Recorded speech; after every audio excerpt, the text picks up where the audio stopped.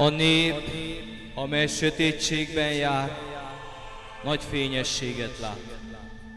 Akik a halál országának árnyékában laknak, azoknak világosság támad. Nagy újongással töltöd el őket, kitörő örömet adsz nekik. Úgy örülnek majd színed előtt, ahogy aratáskor szoktak örülni, s ahogy akkor örülnek, amikor a zsákmányt osztják. Mert terhes sigáját, a vállára nehezedő rúdat, sanyargatója botját összetöröd, mint Mídián idejében. Mert minden harcban viselt sarut, minden vérben forgatott ruhát elégetnek, s tűznek lesz martaléka. Mert gyermek születik, fiú adatik nekünk, s az ő vállára kerül az uralom. Így fogják hívni. Csodálatos, tanácsadó, erős, Isten, örökatya, békefejedelme. Messzire kiterjed majd uralma, és a békének nem lesz vége. Dávid trónján és királyságában, amelyet megerősít és megszilárdít a jog és az igazság által. Mostantól mindörökké ezt teszi a seregek urának féltő szeretete.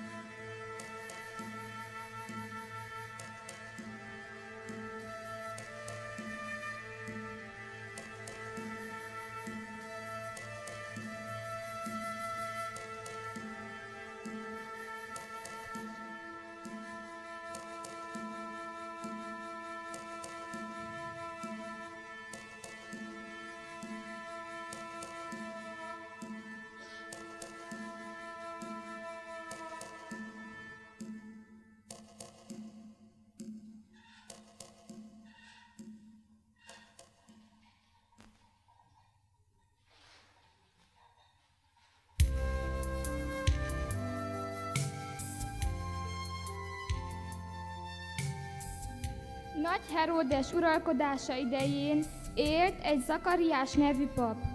Feleségét Erzsébetnek hívták. Mindketten Áronnak, az egykori első főpapnak a családjából származtak.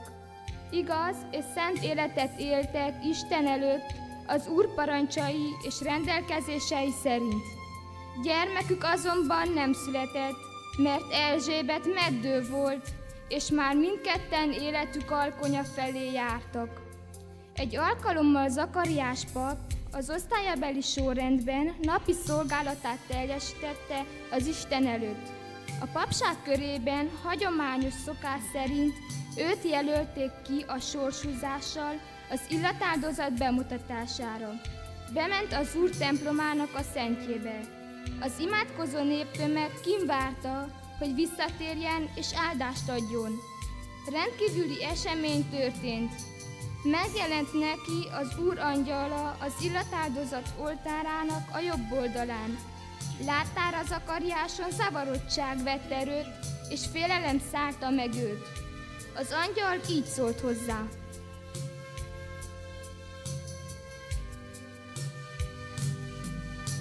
Ne félj, Zakariás, könyörgésed meghallgatása talált.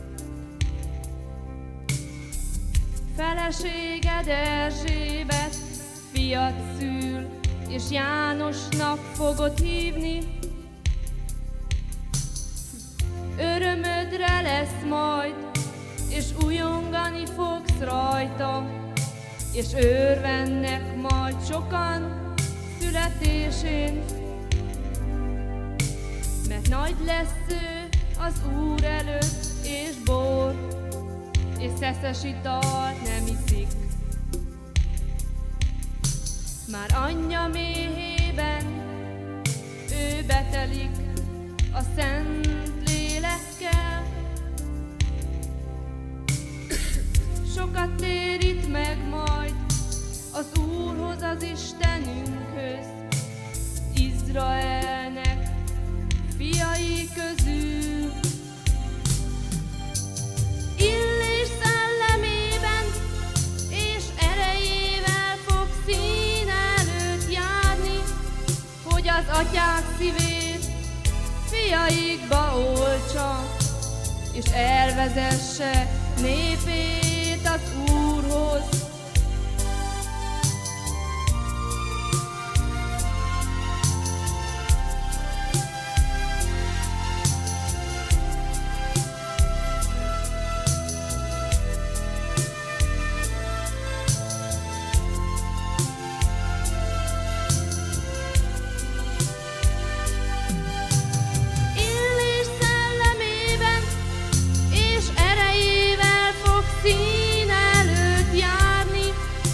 Az atyák szívét fiaikba oltsa, és elvezesse népét az Úrhoz.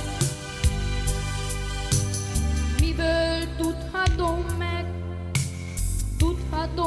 meg mindezt, hisz már öreg vagyok, és feleségem is éltesebb korú.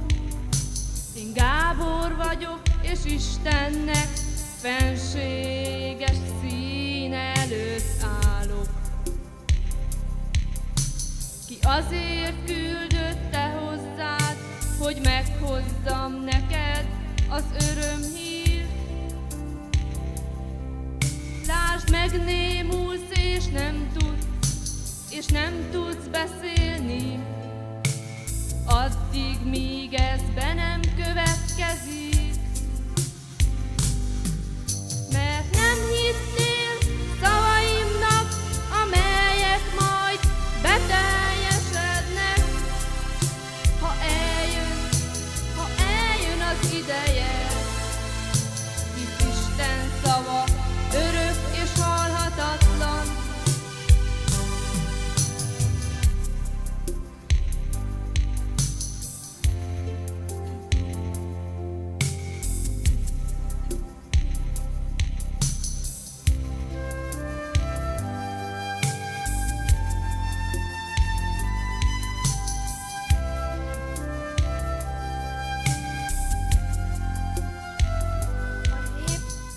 Zakariást, és csodálkozott, hogy annyit késlekedik a templomban. Amikor eléjük jött, nem tudott megszólalni. Ebből megértették, hogy a templomban látomása volt. Ez egyszer hiába várakozott a néptömeg. Zakariás nem tudott áldást mondani, csak kezével integetett. Mihelyt szolgálatának napjai elmúltak, hazament. E napok után felesége Erzsébet méhében fogant, de 5 hónapra teljesen visszavonult. Ezt tette nekem az Úr, mondta e napokban, amikor rám tekintett, és ami az emberek előtt szégyenemre volt, attól megszabadított. A 6. hónapban Isten elküldte Gábor angyalt Galilea Názáret nevű városába egy szűzhöz, aki jegyese volt egy Dávid házából való férfinak. Józsefnek és Máriának hívták. Az angyal belépett hozzá, és így köszöntötte.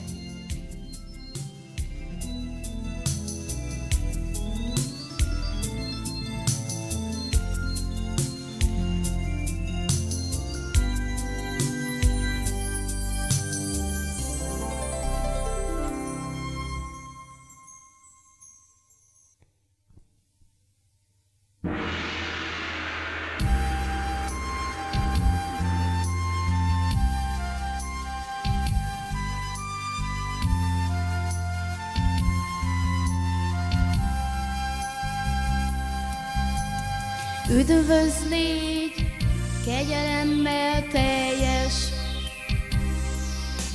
Az Úr van veled, és áldotta vagy te minden asszonynál.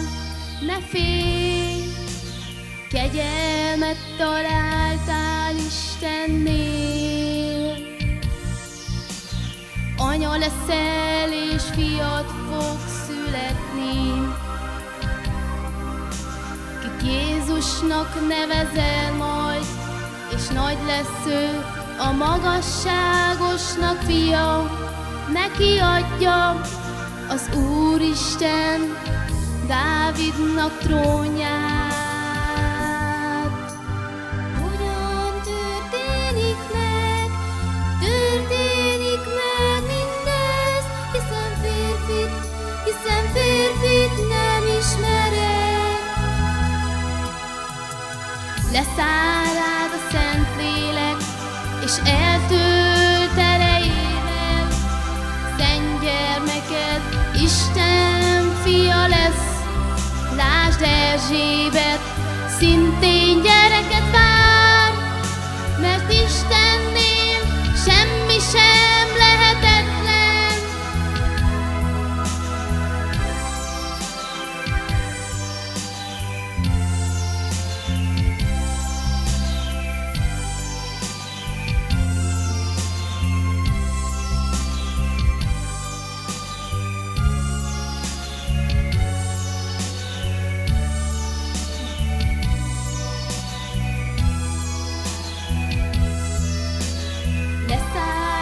A Szentlélek, és eltölt erejével.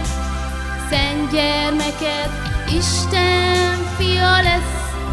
Lásd, Erzsébet szintén gyereket vár, mert Istennél semmi sem lehetetlen. Az Úr szolgáló lánya vagyok. Történjék velem szavaid szerint.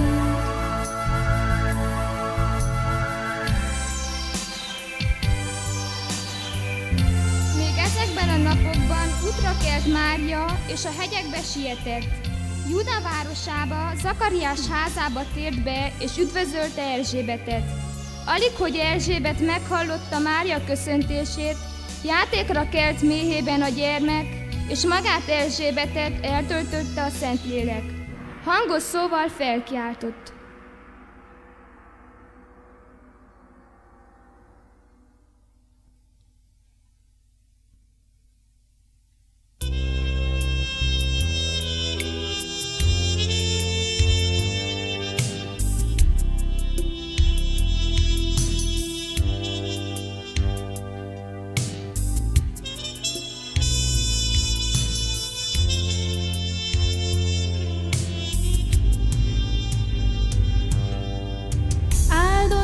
Vagy te minden asszonynál, és áldott a te méhednek gyümölcse. Hogyan lehet az, hogy az én Uramnak anyja jön hozzám? Örömében megmozdult méhemben a gyermek, amin meghallotta köszöntésedet, mert boldog az, ki hiszi, az Úr mondott neki.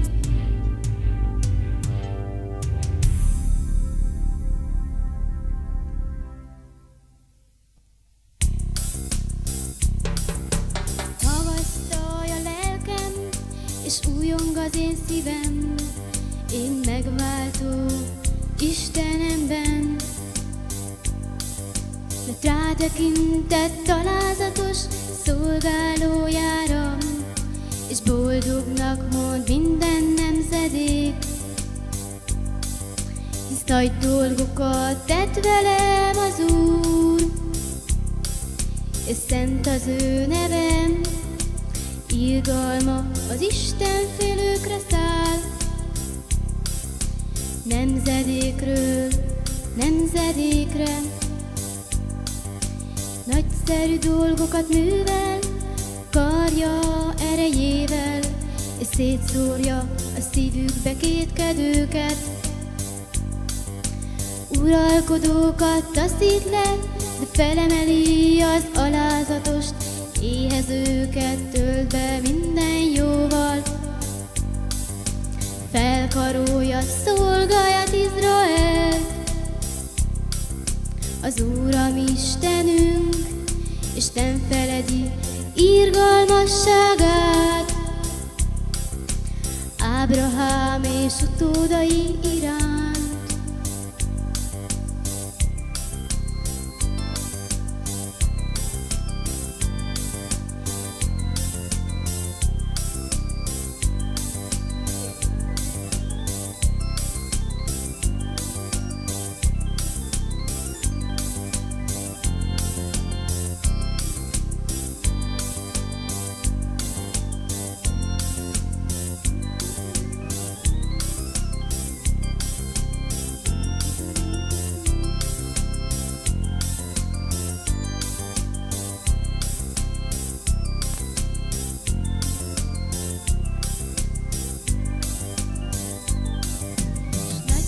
Dolgokat művel, karja erejével, és szétszórja a szívükbe kétkedőket. Uralkodókat taszít le, de felemeli az alázatost, éhezőket tölt be minden jóval. Felkarolja szolgáját Izraelt, az Úr a mi Istenünk, és nem feledi irgalmasságát Ábrahám és utódai iránt. Mária mintegy 3 hónapig maradt Erzsébetnél, azután visszatért otthonába. Erzsébet szülésének ideje elérkezett. Fiúgyermeket szült. Amikor szomszédai és rokonai meghallották, hogy milyen irgalmas volt hozzá az Úr, együtt örült vele mindenki. A 8. napon eljöttek, hogy körülmetéljék a gyermeket. Atyja nevéről akarták elnevezni Zakariásnak. Nem, szólt anyja tiltakozóan. János legyen a neve, mondta. Erre azt válaszolták neki. Nincs a rokonságban senki, akit így hívnának. Ekkor az apának intettek, hogy minek akarja a fiát elnevezni. Az egy kis táblát kért, és ezeket a szavakat írta rá. János a neve.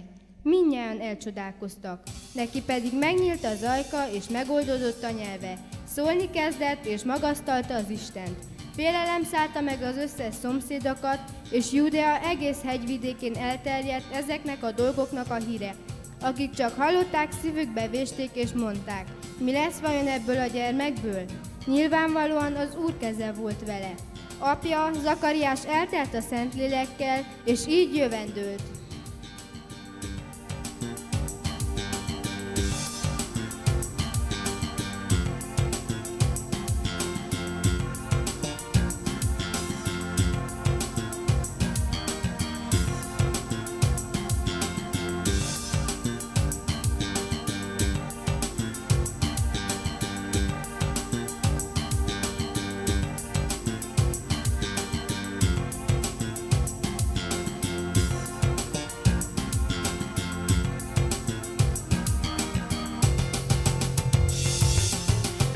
Legyen az Úr, Izrael Istene, mert meglátogatta népét, és megváltotta azt, erős szabadítót, támasztott nekünk, szolgájának Dávidnak házában,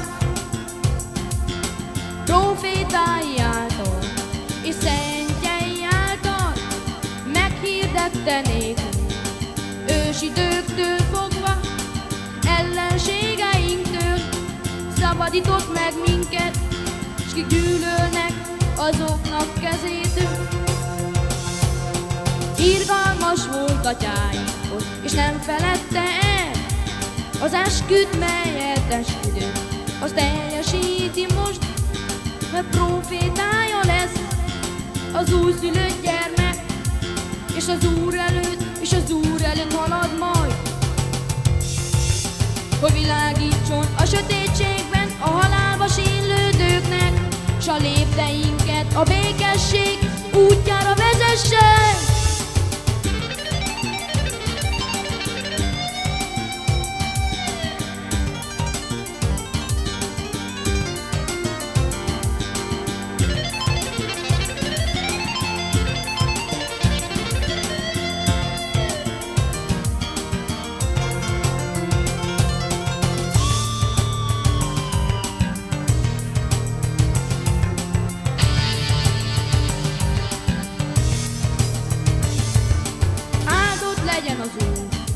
Hisz nem feledte el az esküt, melyet esküdött, azt teljesíti most, mert profétája lesz az újszülött gyermek, és az Úr előtt halad majd,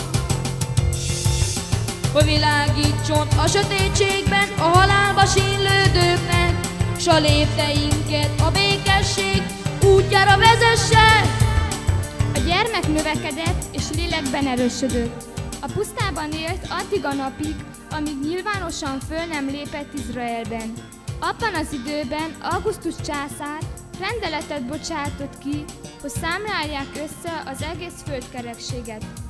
Ez az első népszámlálás Quirinusnak, Szíria helytartójának idejében történt. Elment mindenki a maga városába, hogy följegyeztesse magát. József Dávid házából és nemzetségéből származott. Galileából, Názáret városából fölment ezért Dávid városába, a judái Betlehembe, hogy följegyeztesse magát eljegyzett feleségével együtt, aki gyermeket várt. Amíg ott tartózkodtak, eljött az ideje, hogy Mária világra hozza gyermekét. Megszülte egyszülött fiát, bepólyázta és jászolba fektette, mert nem kaptak helyet szállásra. A környéken pásztorok tanyáztak, és a nyájukat őrizték az éjszakában. Egyszerre csak ott állt előttük az Úr angyala, és az Úr dicsősége ragyogott körülöttük. Nagy félelem fogta el őket. Az angyal bátorította a pásztorokat.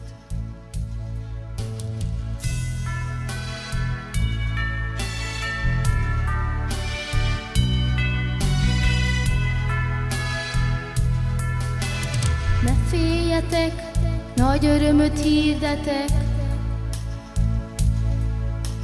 a megváltó, a messiás ma született. Dávid városában, kisdedet találtok pólyában.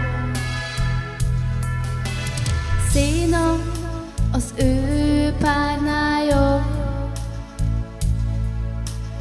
ott fekszik a hideg jászolba. Anyjával, Máriával és Józseffel, az ő atyával. Dicsőség a magasságban Istennek, és békesség a jó szándékú embernek. Dicsőség a magasságban Istennek, és békesség a jó szándékú embernek.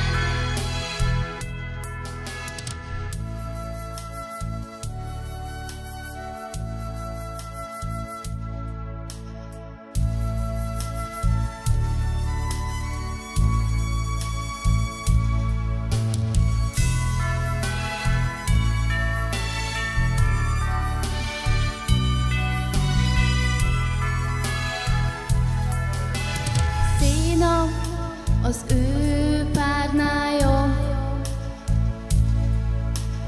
ott fekszik a hideg jászolba. Anyjával, Máriával és Józseffel, az ő atyával. Dicsőség a magasságban Istennek, és békesség a jó szándékú embernek. Dicsőség a magasságban Istennek, és békesség a jó szándékú embernek.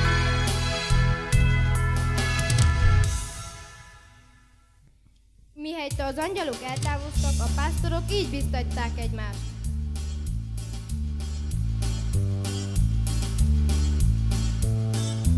Menjünk át Betlehembe, hadd lássuk a történteket, amiket az Úr hírül adott nékünk.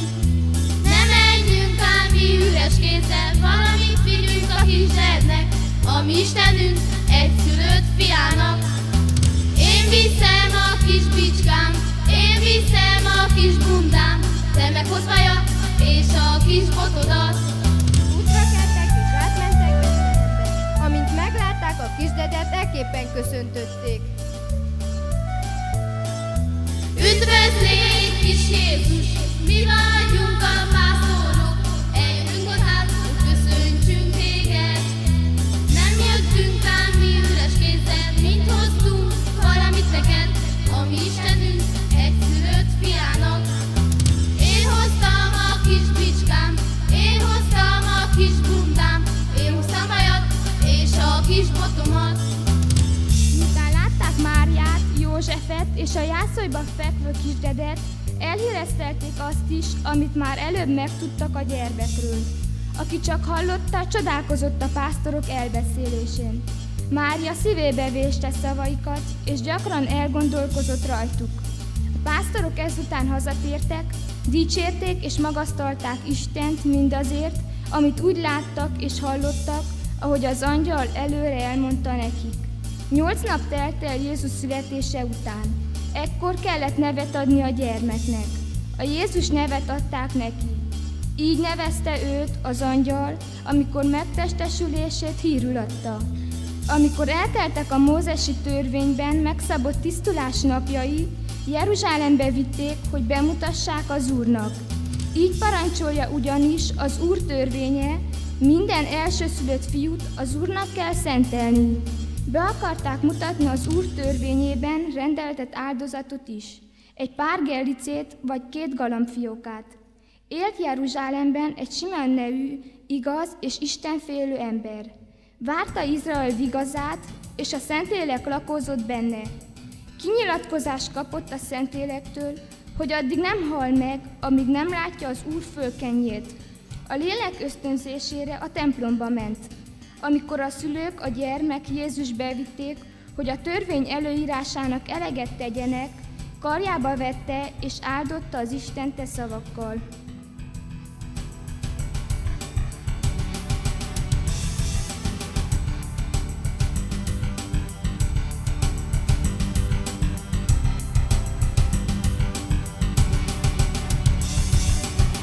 Bocsásd el, Uram, bocsásd el szolgádat, szavaid szerint békességben, s láttam az üdvösséget, melyet világosságul adtál a pogányoknak. Dicsőségére népednek, Izraelnek, és lesz, sokak romlására, és lesz, sokaknak feltámadására. Jel, melynek ellene mondanak, és tőr járja majd át lelkedet.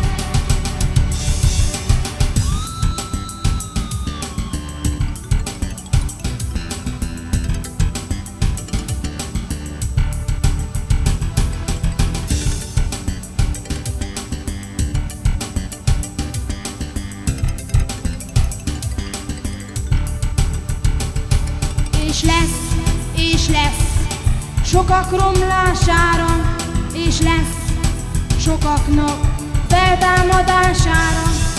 Jel, melynek ellene mondanak, és tőr járja majd át lelkedet. Volt egy Anna nevű próféta asszony is, Fánuel leánya Ászer törzséből. Már igen éltes korú volt. 7 évig élt szüzessége után, aztán özvegyen maradt. 84 évet élt meg. Nem vált meg a templomtól, éjjel-nappal böjtel és imádsággal szolgált Istennek. Ebben az órában is odajött, dicsőítette az Istent, és beszélt róla mindenkinek, aki csak várta Jeruzsálemben a megváltást. Miután így eleget tettek az Úr törvényének, visszatértek galileai városukban, Názáretbe. A gyermek ott növekedett és erősödött. Bölcsesség töltötte el, és Istennek kedve telt benne. Amikor Jézus a judei Betlehemben megszületett, Heródes király napjaiban bölcsek érkeztek váratlanul napkeletről Jeruzsálembe, és érteklődtek.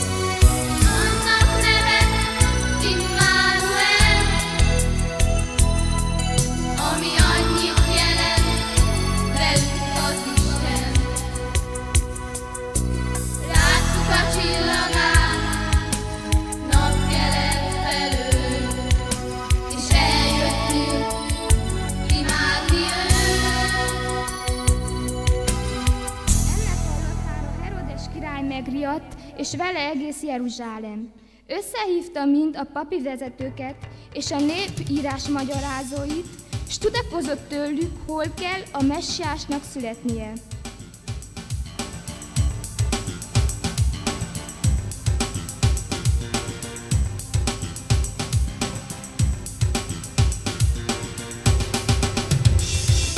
Papok és írás magyarázók, mind elém álljatok. Papok és írás magyarázók, mondjátok, ó, mondjátok, ki az, ki királynak született, ki az, ki a megváltó lett, ki az, ki a trónt akarja, ki az,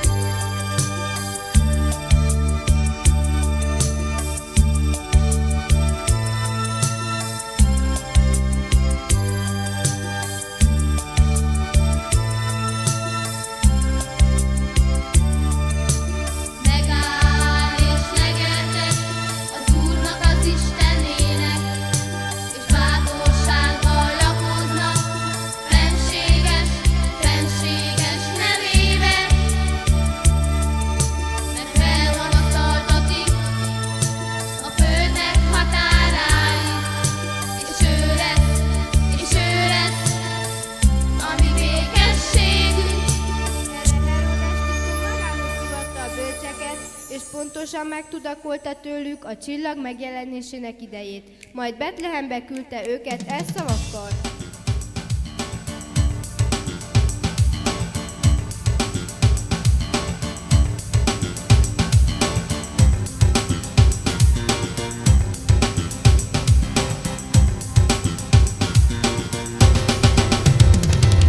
Menjetek Betlehembe, és a gyermek felől kérdezősködjetek.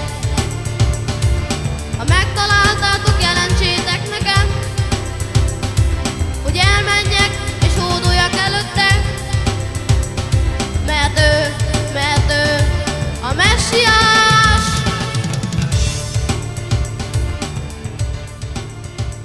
Azok, miután meghallották a királyt, elindultak, és lám, a csillag, amelyet napkeleten láttak. Előttük haladt, amíg végre meg nem állt a hely fölött, ahol a gyermek volt.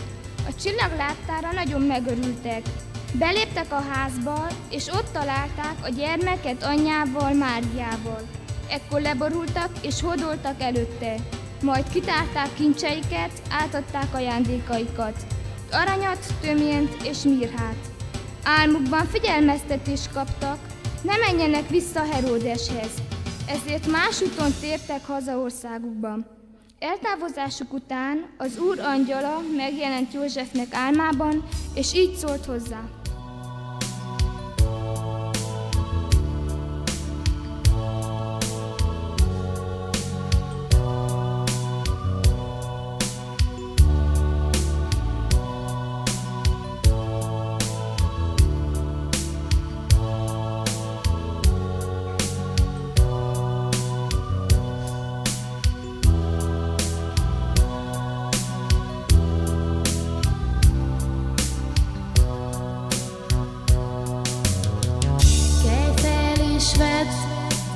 Anyjával a gyermeket, és menekülj Egyiptomba. Maradj ott mindaddig, míg nem szólok neked, mert Heródes keresi a gyermeket. Meg akarja ölni, hisz a trón csak őt illeti. Erre felkelt, vette a gyermeket és anyját, még az éjjel, és Egyiptomba távozott. Ott maradt Heródes haláláig. Így teljesedett be, amit a próféta szavával mondott az Úr. Egyiptomból hívtam az én fiamat. Amikor Heródes látta, hogy a bölcsek kijátszották, nagy haragra gerjedt. Elküldte embereit, és Betlehemben meg annak egész környékén megöletett minden fiúgyermeket 2 évestől lefelé, a bölcsektől megtudott időnek megfelelően. Akkor beteljesedett, amit Jeremiás próféta megjövendőlt.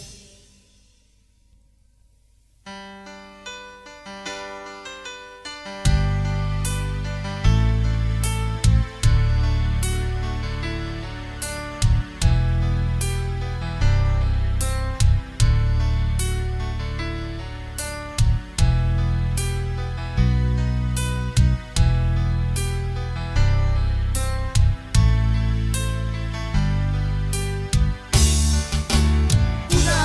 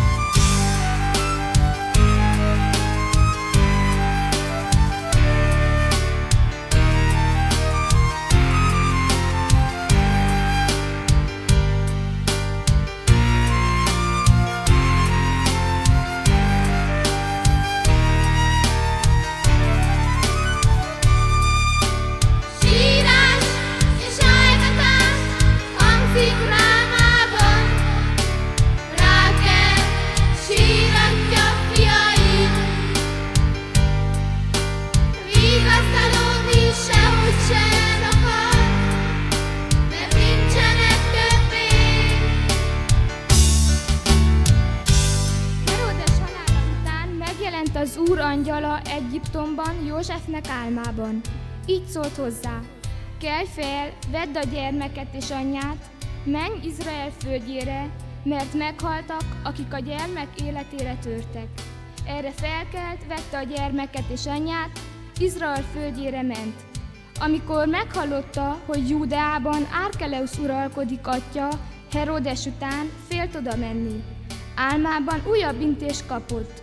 Galilea vidékére költözött. Megérkezése után Názáret városába telepedett le.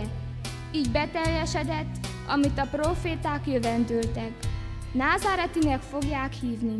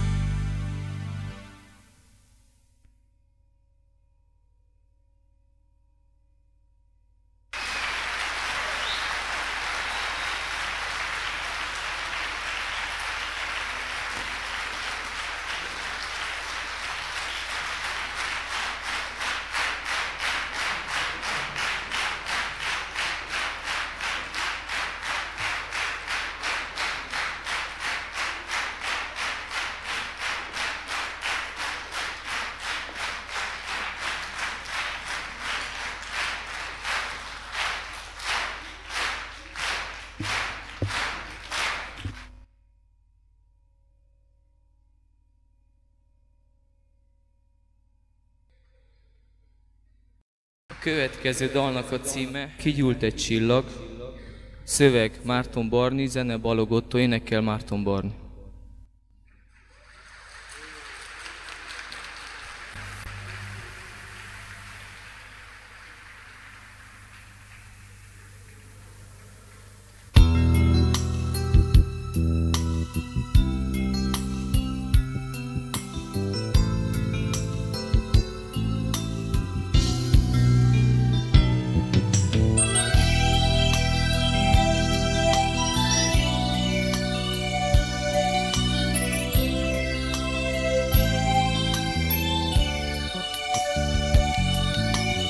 Kigyúlt egy csillag fent az égen,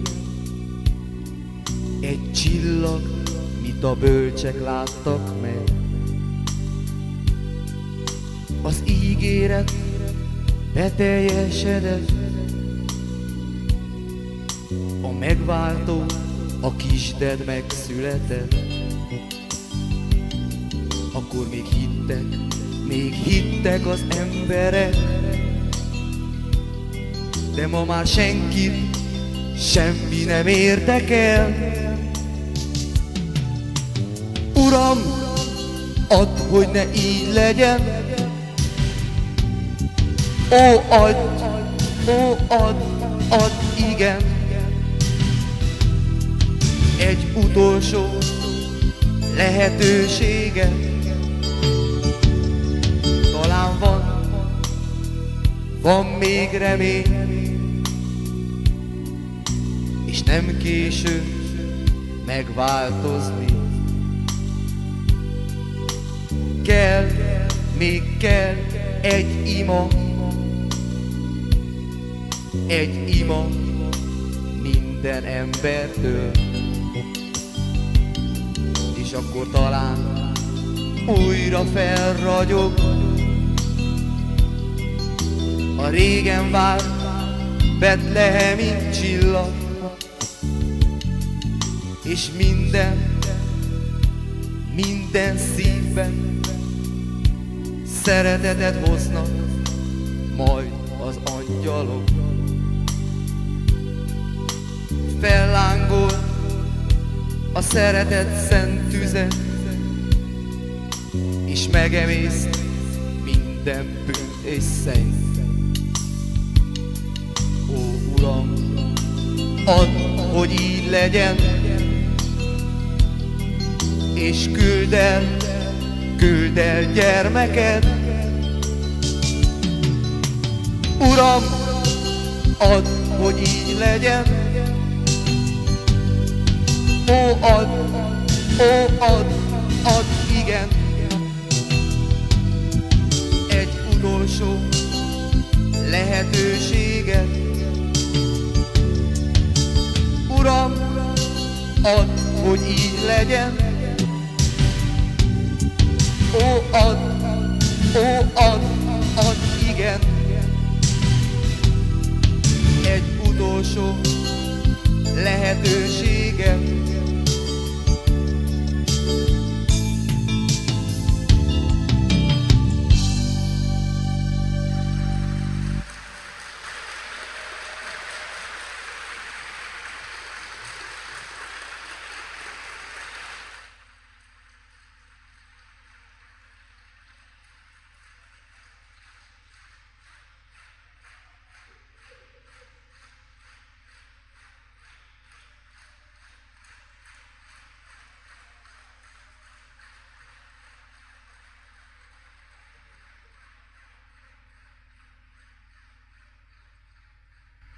A következő dalnak a címe, nekünk nem mondta el senki.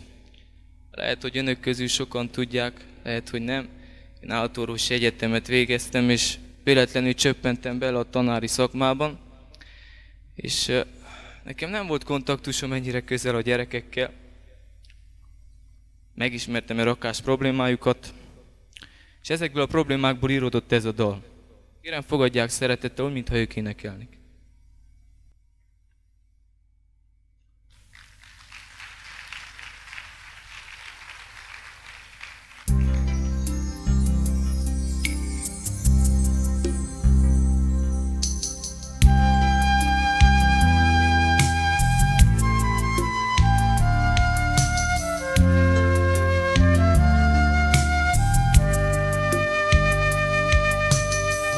Jöttünk ide, hogy tőlünk nem kérdezte senki, akarunk-e vagy nem e világban élni.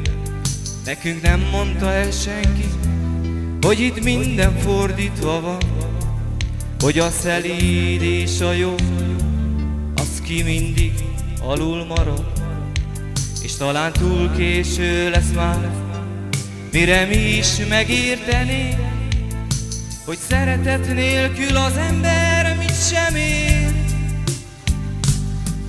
És jön, majd jön ezernyi kérdés, melyre nincs válasz, hisz nekünk ezt nem mondta el senki, mert fontosabb volt mindaz, mi kézzel fogható, mint az a néhány őszinte szó. Talán egy ártatlan szerelem, az ki sorsunkért felelős, mely elmúlt már, s kik szerették, ha egymást gyűlölik. Mi csak annyit kérünk, hogy valaki végre higgyen nekünk. Ártatlanok vagyunk, hisz minket úgy formálnak, de mit ér az anyag, ha rosszul formálják, azon utólag már semmi nem változtat. És jön, majd jön ezernyi kérdés, melyre nincs válasz, hisz nekünk ezt nem mondta el senki, mert fontosabb volt mindaz, mi kézzel fogható, mint az a néhány őszinte szó. És jön, majd jön ezernyi kérdés, melyre nincs válasz, hisz nekünk ezt nem mondta el senki, mert fontosabb volt mindaz, mi kézzel fogható, mint az a néhány őszinte szó.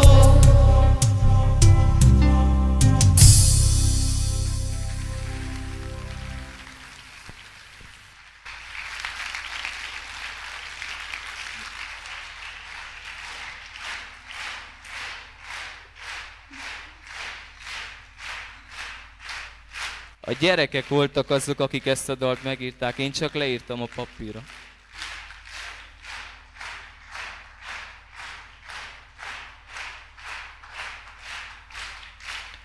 A következő dalnak a címe Szeress, ó, szeresse szentestén.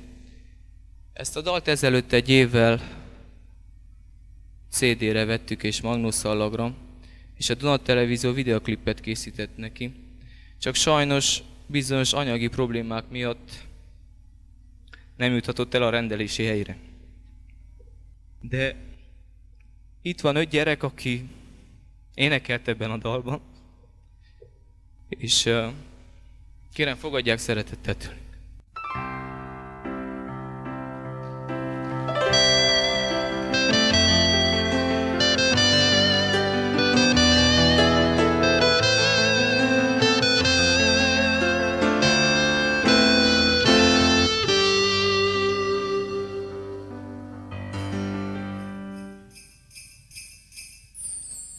Arcomra hópehelyhús fáj, a valóság s hogy létezem, mert úgy érzem, nincs semmi, amit a hívnál elvihetnék karácsony estéjén. Minden kincsem csak érzelem, s úgy bánt, hidd el, hogy nem törölhettem le minden arcról a könnyeket, s hogy nem mondhattam el mindenkinek. Szeress, ó, szeresse szentestét, hidd el, nagyobb kincs, amit adhatsz a mának, s a holnapnak, amit mindenkivel megoszthatsz. Szeress, s légy önzetlen, nyújts ki kezed a szenvedőnek, s add a szíved mindenkinek, meglátod, boldog leszel.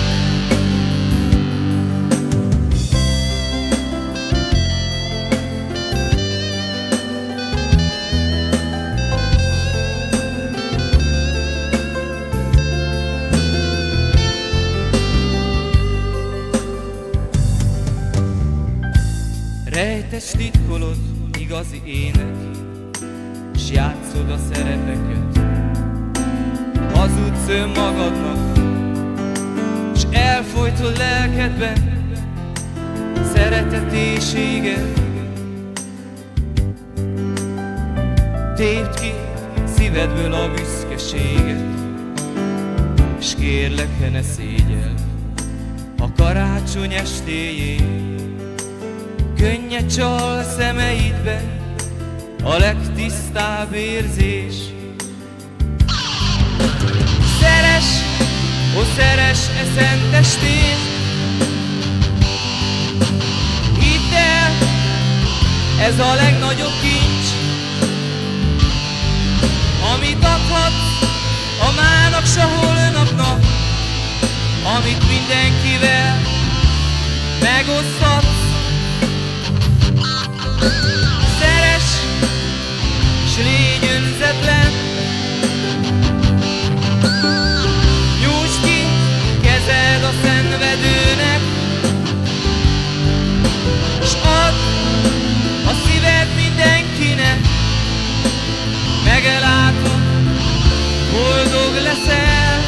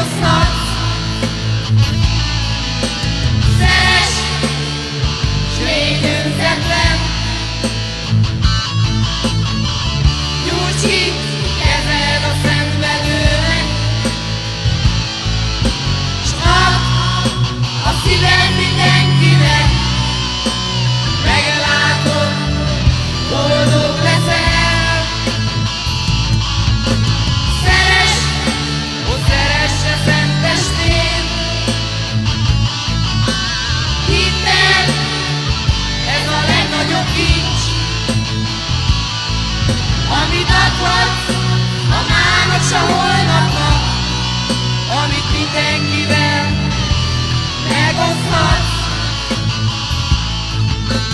Szeress, s légy önzetlen.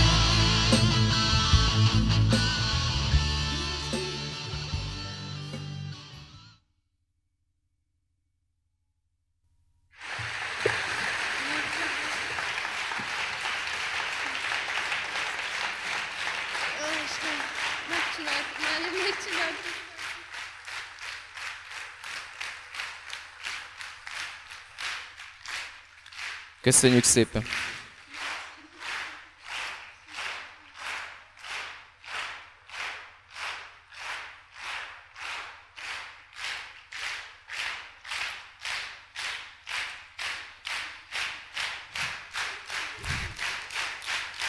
Köszönjük szépen!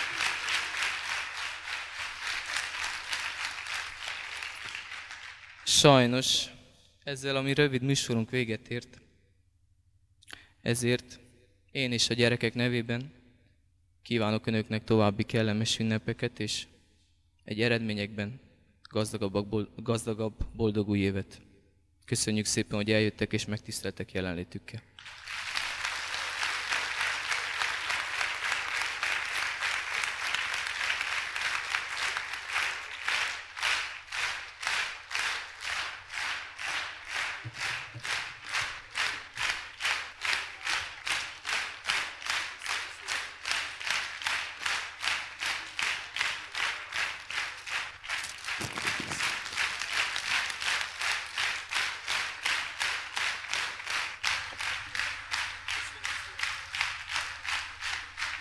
Még egyszer nagyon szépen köszönjük, és reméljük, hogyha az anyagiak adakozóbbak lesznek, vagy nem is tudom, hogy nehezen, mert már ezernyi próbálkozás volt részünkről, és mindig ugyanoda kerültünk vissza a kátyúba, de reméljük, hogy a következő évszázad adakozóbb lesz a művészek számára és a tehetségesek számára. És reméljük, hogy jövőben is önöknek tudunk valami újat, valami szépet előadni. Köszönjük szépen!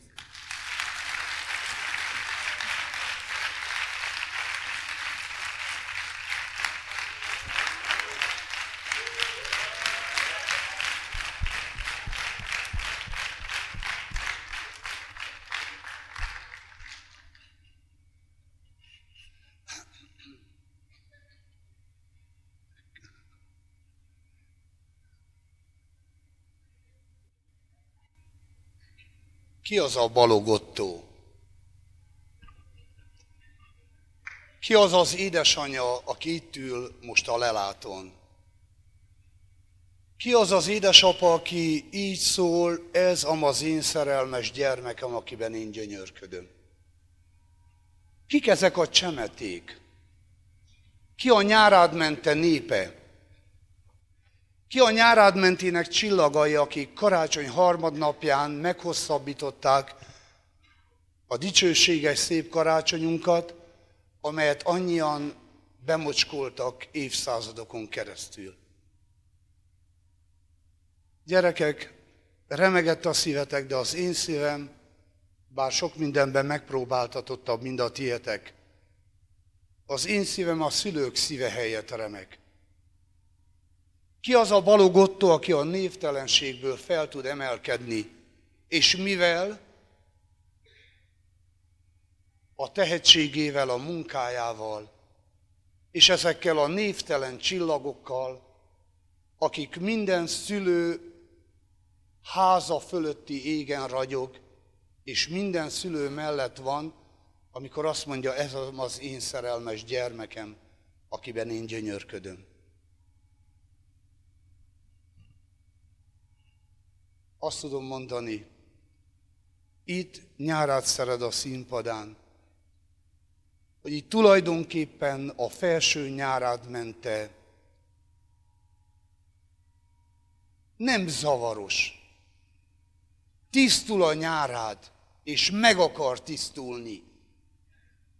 Vessük a múltba a régi szép dalunkat, hogy zavaros a Nyárád, nem akar megszállni. Ugye, hogy megszállt a nyárád karácsony harmadnapján. A szívünknek, a lelkünknek harmatai ezek a gyerekek, és én úgy érzem, hogy a legszebb karácsonyunk most van. Mert születhet Jézus Betlehemben, növekedhetik Názáretben, és lehet világ megváltója, ezek a gyermekek a reményeinknek megváltói. A csöpnyi magyarság nagy megváltói. Áldjon meg a Jóisten Balogh Ottó, aki, ahogy mondtad, utolsó szavait foszlányából vettem észre, hogy legyen adakozóbb a jövő évszázad és évezred a művészet számára. De a gyerekek dalaiból azt is kivettem, hogy a szeretet legyen a ma és a holnap számára. Mi köszönjük a mai napra a szereteteteket, és gondoljuk, hogy kisugározzátok a jövő számára, mindannyiunk számára. Áldjon meg benneteket, gyerekek, külön-külön a Jóisten. A gondviselő szülőket, akiknek szívük dobbanásában benne vagytok, áldja meg a Jóisten azt a fiatal embert, aki mert, tett, és a tettének az eredménye íme itt van. Most halljuk a magasságos mennyekből azt a bibliai üzenetet, legyen dicsőség a magasságos mennyekben Istennek, hogy ilyennek teremtett benneteket, és a földön békesség, hogy békességben együtt vagyunk, és az emberek és gyermekek között jó akarat. Átölellek lelkemmel, amikor a mestereteket átölelem. Ha a mester szól, mindig így válaszoljatok. Ott vagyunk, ahol kell, mert ahol a szó megáll, onnan kezdődik az ének és a muzsika. A magyar szó nem állhat meg, mert vannak és lesznek fiatal kis és nagy profétáink, akik azt mondják, ha Isten velünk, senki sincsen ellenünk. Ottó, áldjon meg a Jóisten. A gyülekezet nevében kérem. Isten megáldja.